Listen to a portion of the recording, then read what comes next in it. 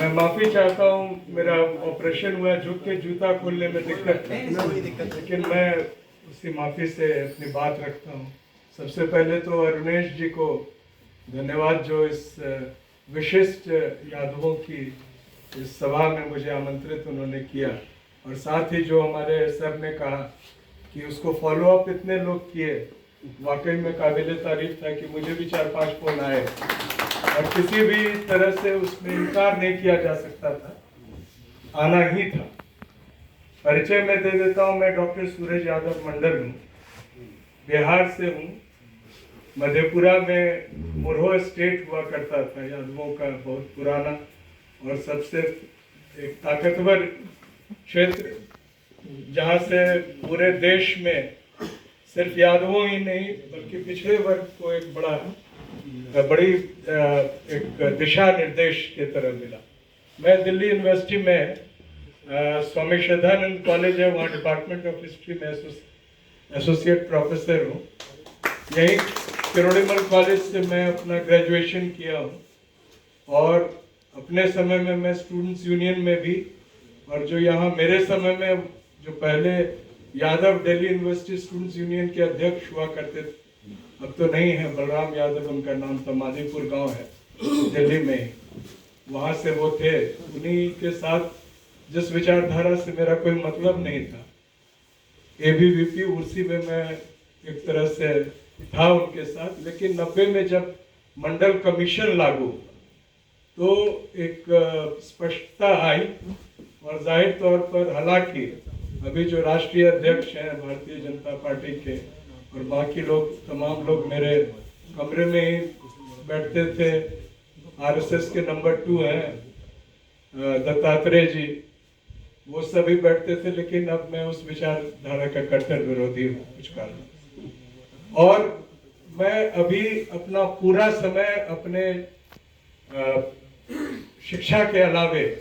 पूरे देश में एक यादवों की जितनी संस्थाएं, और लगभग हर एक दक्षिण भारत के राज्य में आमंत्रित मुझे किया जाता है, और मैं बराबर घूम रहा। और मैं उमेश जी से इसलिए मैं बहुत ही उनको दोबारा धन्यवाद देता हूं कि जो यादवों की स्थिति और संख्या है दक्षिण भारत में, उसका आप अंदाजा नहीं लगा सकते।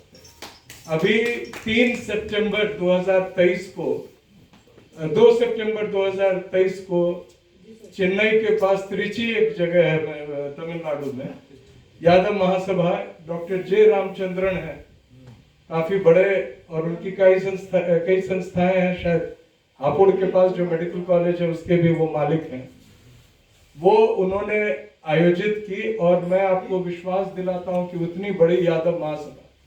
लोगों की शिरकत इतनी थी, लगभग 7-8 लाख लोग वहां पर थे। और जो एक स्पष्ट बात आज मैं आपको बता रहा हूं कि जो इस देश में जाति जनगणना नहीं हो रही है, उसका एकमात्र कारण कि देश के हर एक कोने में, हर एक राज्य में यादवों की इतनी संख्या है कि किसी भी तरह से उनको सत्ता से दूर रखने की बात लोगों के दिमाग में और मन में पचेगा नहीं, चाहे वो बिहार, उत्तर प्रदेश हो या तेलंगाना हो, आंध्र प्रदेश हो। आंध्र प्रदेश जैसे राज्य में 14% लगभग यादव, लेकिन कोई नेता नहीं। तेलंगाना में बड़ी संख्या है, कोई नेता नहीं। और इस देश का दुर्भाग्य है कि यादवों का कोई ऑल इंडिया पार्टी नहीं है, और न ही पिछड़े वर्ग का कोई ऑल इंडिया पार्टी। तो हम लोग अपनी बात को अलग अलग नेताओं के समक्ष रखते हैं। हमारे भाई अखिलेश जी उत्तर प्रदेश तक सीमित रहना चाहते हैं, कई बार उनसे आग्रह किया गया, उनकी मांग है, लेकिन वो निकलते नहीं। तेजस्वी जी बिहार तक सीमित है। ऐसी परिस्थिति में एक बात मैं आपसे शेयर करके अपनी बात समाप्त करूंगा कि मैं उस परिवार से हूं जो यादवों के लिए कम से कम 3-4 पुश्तों से अपना योगदान दिया है। मेरे परदादा जी स्वर्गीय रास बिहारी लाल मंडल 1910 में पहले बिहार में अखिल भारतीय गोप जातीय महासभा की स्थापना, और जिसमें उत्तर प्रदेश से, हरियाणा से लेकर कई बड़े गणमान्य यादव उपस्थित थे, जिसके पूरे के पूरे दस्तावेज और उसमें जो रेजोल्यूशंस पास हुए वो मेरे पास है। मैं चाहूंगा शेयर करने, ये पत्रिका है, बहुत अच्छी बात है, एक आर्टिकल के रूप में वहां जो, और आपको आश्चर्य होगा कि जो 110 साल पहले जो मांगे थी यादवों की, वो मांग आज भी उतनी ही सार्थक है जितनी 110 साल पहले। इस रेजोल्यूशन में पहला रेजोल्यूशन ये था कि यादवों के लिए शिक्षा की व्यवस्था, और जो भी समाज के ऐसे लोग हैं जो योगदान दे सकते हैं वो कॉलेज और स्कूल और छात्रावास की स्थापना करें। दूसरी उसमें मांग थी कि जो सिविल सर्विसेज के लिए आईसीएस उस समय और अन्य जो अखिल भारतीय जो बड़े पद थे उसके लिए यादवों को ट्रेनिंग देने के लिए इंस्टीट्यूट्स हो। तीसरी मांग थी उसमें कि जो तमाम यादवों की जो शादी ब्याह होते हैं और जो बड़े पैमाने पर दहेज की मांग होती है उसको न करके अगर कोई सामाजिक रूप से पूरा करना ही है तो 1 रुपए देकर वो अपनी उस परंपरा को निभाए। चौथी बात थी उसमें कि जो सबसे अहम बात थी कि जो यादवों के एक तरह से नाश का कारण ये था, नशा का जो ये था, उसके विपरीत समाज को जाना चाहिए, उससे दूर हटना चाहिए। और आखिरी में था कि यादवों की बात को अखिल भारतीय स्तर पर रखने के लिए एक पत्रिका की स्थापना हो, और उस समय गोपाल मित्र नाम का एक पत्रिका की स्थापना हुई जो कई साल तक चलती रही। तो ये मैं बात इसलिए आपको बता रहा हूँ कि यहाँ बहुत ही सम्मानीय और इंटेलेक्चुअल क्लास के लोग हैं, उनको ये बातें मालूम इसलिए होनी चाहिए कि ये मांगे आज भी उतनी ही सार्थक थी जितनी उतने दिन पहले। हमारे परिवार के अगले पुष्ट में मेरे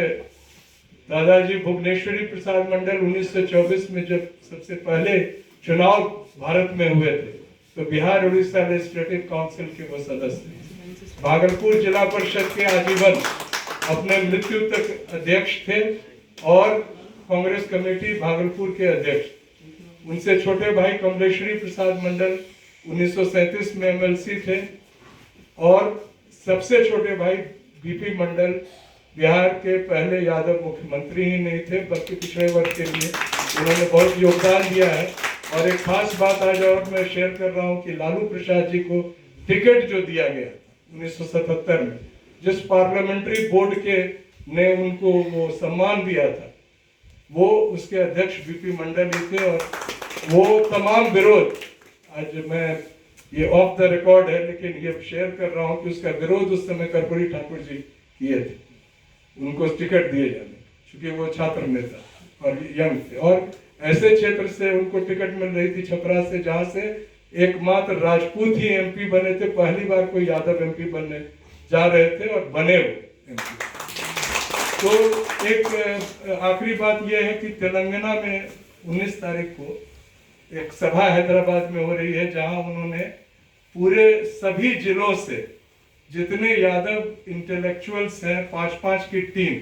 एक डॉक्टर, एक इंजीनियर, एक प्रोफेसर, इस तरह करके वो एक सम्मेलन बुला रहे हैं जिसमें 2 मुद्दों पर वो चर्चा करना चाह रहे हैं, जिसमें मुझे भी आमंत्रित किया गया है। पहला है कि ऐसे आज के दौर में जातीय जो संगठन है या जो कल्याण ट्रस्ट जो इतने मेहनत से तमाम लोगों के योगदान से बन रहा है, इसकी क्या अहमियत है और रोल क्या है। और दूसरी बड़ी बात है कि जो वर्तमान राजनीति में यादवों की क्या रोल होनी चाहिए, इसका दिशा निर्देश देने का काम जो इंटेलेक्चुअल क्लास जो है वो करे तो बेहतर होगा, बजाय इसके कि जो माफियाज हैं हमारे ही समाज में हैं, जिनको कई बार नेता अधिक अहमियत देते हैं, अलग अलग भूमि बालू माफिया तमाम होते हैं, उसके बजाय जो ये वर्ग है जो सोचते हैं, समझते हैं, शिक्षित हैं, वो अगर दें तो बेहतर होगा। इन्हीं बात के साथ मैं जय संविधान करके